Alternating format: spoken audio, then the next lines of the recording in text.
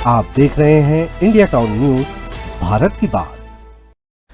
सदन में सच या कागजों में गड़बड़ी, ये बात मैं इसलिए कह रहा हूं क्योंकि छत्तीसगढ़ विधानसभा के बजट सत्र में दी गई एक जानकारी ने अब सियासी तूफान खड़ा कर दिया है।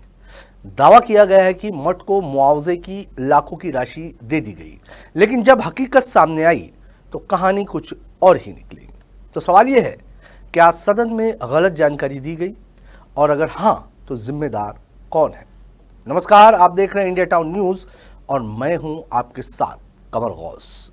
देखिए हमारा ये खास रिपोर्ट।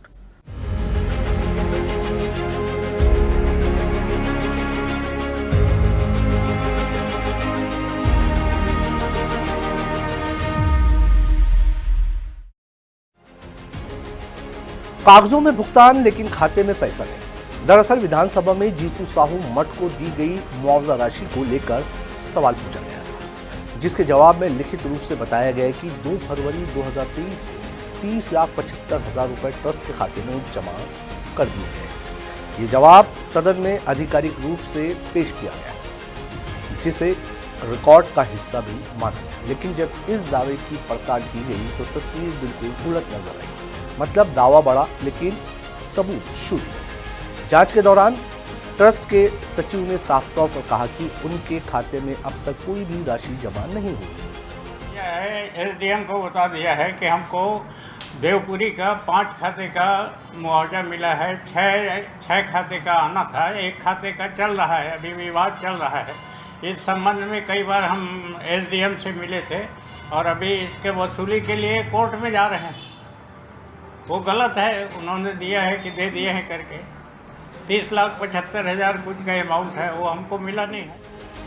इतना ही नहीं, जब बैंक स्टेटमेंट खंगाले गए तो उसमें भी इस तरह के किसी लेन देन का कोई रिकॉर्ड नहीं मिला। यानी साफ है कि सदन में दी गई जानकारी और जमीनी हकीकत में बड़ा अंतर है। यानी गलती, लापरवाही या फिर कुछ और। अब सबसे बड़ा सवाल यह है कि आखिर विधानसभा जैसे संवेदनशील मंच पर गलत जानकारी कैसे दी गई? क्या यह सिर्फ एक प्रशासनिक चूक है या फिर आंकड़ों के साथ गंभीर लापरवाही? क्योंकि सदन में दी गई हर जानकारी सिर्फ एक जवाब नहीं बल्कि सरकार की जवाबदेही का आईना होती है। ऐसे में इस तरह का विरोधाभास कई बड़े सवाल खड़े कर रहा है। यानी कि मुद्दा प्रशासन का, लेकिन सियासत तेज। इस पूरे मामले को लेकर अब सियासत भी गर्मा गई है। कांग्रेस ने इसे बड़ा मुद्दा बनाते हुए सरकार पर हमला बोला है। उनका कहना है कि सरकार सदन में गलत जानकारी देकर जनता को गुमराह कर रही है। वहीं सत्ता पक्ष की ओर से भी इस मामले को गंभीरता से लिया जा रहा है और लापरवाह अधिकारियों पर कार्रवाई की मांग उठी है। भगवान राम के इस मंदिर, इस मठ के लिए एक जिम्मेदार मंत्री ने सदन के अंदर झूठ बोला है, उस मठ को प्राप्त नहीं हुई है। और मैं समझता हूं कि आज की स्थिति में वो उक्त राशि प्राप्त नहीं हुई है। मतलब शासन और प्रशासन विधानसभा जैसे विधानसभा के प्रश्न में कि जैसे उसके उत्तर में इतनी झूठ बोलकर उसका उत्तर दे रहे कि सरकार कितनी गंभीर है, इससे अंदाज लगा सकते हैं। विधायकों की सजगता के ऊपर में डिपेंड करता है। पूरी संसदीय लोकतंत्र की परंपरा में ऐसी व्यवस्था है कि गलत जवाब देने वालों को ठिकाने लगाया जा सकता है। अगर हमारे विधायक सतर्क होंगे, हमारे मंत्री सतर्क होंगे, हमारी सरकार सतर्क होगी तो निश्चित रूप से जो लोग भी गुमराह करते हैं, गलत जानकारी देते हैं, उनके खिलाफ में कार्रवाई, कड़ी से कड़ी कार्रवाई होगी। क्या होगी जवाबदेही तय?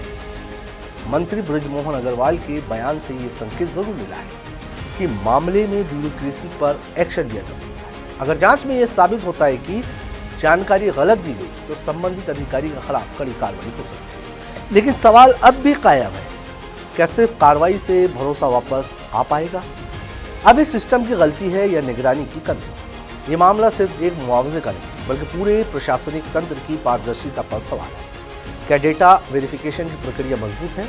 क्या अधिकारियों की जवाबदेही तय है? और सबसे जरूरी, क्या भविष्य में इस तरह की गलती दोबारा नहीं होगी?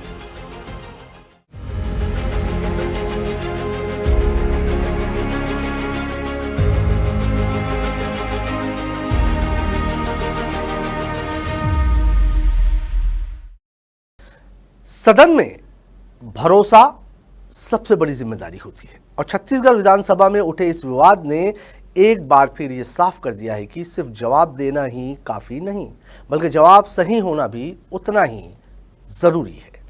अब देखना होगा कि सरकार इस मामले में क्या कार्रवाई करती है और क्या जिम्मेदारों पर सख्त कदम उठाए जाते हैं, क्योंकि लोकतंत्र में भरोसा सिर्फ शब्दों से नहीं, सच्चाई से बनता है। इसी सवाल के साथ सत्ता और सरकार में फिलहाल इतना ही। मुझे दीजिए इजाजत और आप देखते रहिए इंडिया टाउन न्यूज़, भारत की बात। नमस्कार।